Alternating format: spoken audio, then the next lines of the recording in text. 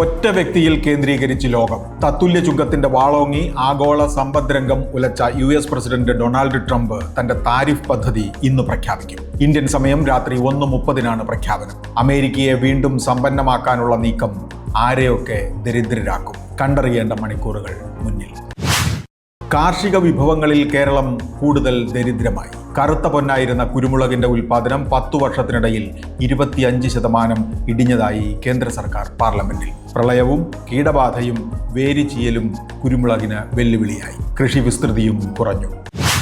വീട്ടുജോലി അടക്കം അനൗപചാരിക മേഖലകളിൽ ജോലി ചെയ്യുന്ന സ്ത്രീകളുടെ എണ്ണം കുറഞ്ഞതായി പഠനം. നഗരങ്ങളിൽ ഔപചാരിക മേഖലകളിലുള്ള സ്ത്രീകളുടെ അനുപാതം കൂടിയതായും പീരിയോഡിക് ലേബർ ഫോഴ്സ് സർവേ. ഗാർഹിക ജോലികൾ ചെയ്യാൻ താൽപ്പര്യപ്പെടുന്ന വനിതകൾ കുറഞ്ഞു വരുന്നതായും സർവേ. ദുബൈ ആസ്ഥാനമായ DP വേൾഡ് നടത്തുന്ന കൊച്ചി വല്ലാർപാടം ടെർമിനലിന് കണ്ടെയ്നർ നീക്കത്തിൽ ഇക്കഴിഞ്ഞ സാമ്പത്തിക വർഷം 11% വളർച്ച. കൈകാര്യം ചെയ്തത് 8.35 ലക്ഷം TEU അഥവാ 20 ഫുട്ട് ഇക്വലന്റ് യൂണിറ്റ്.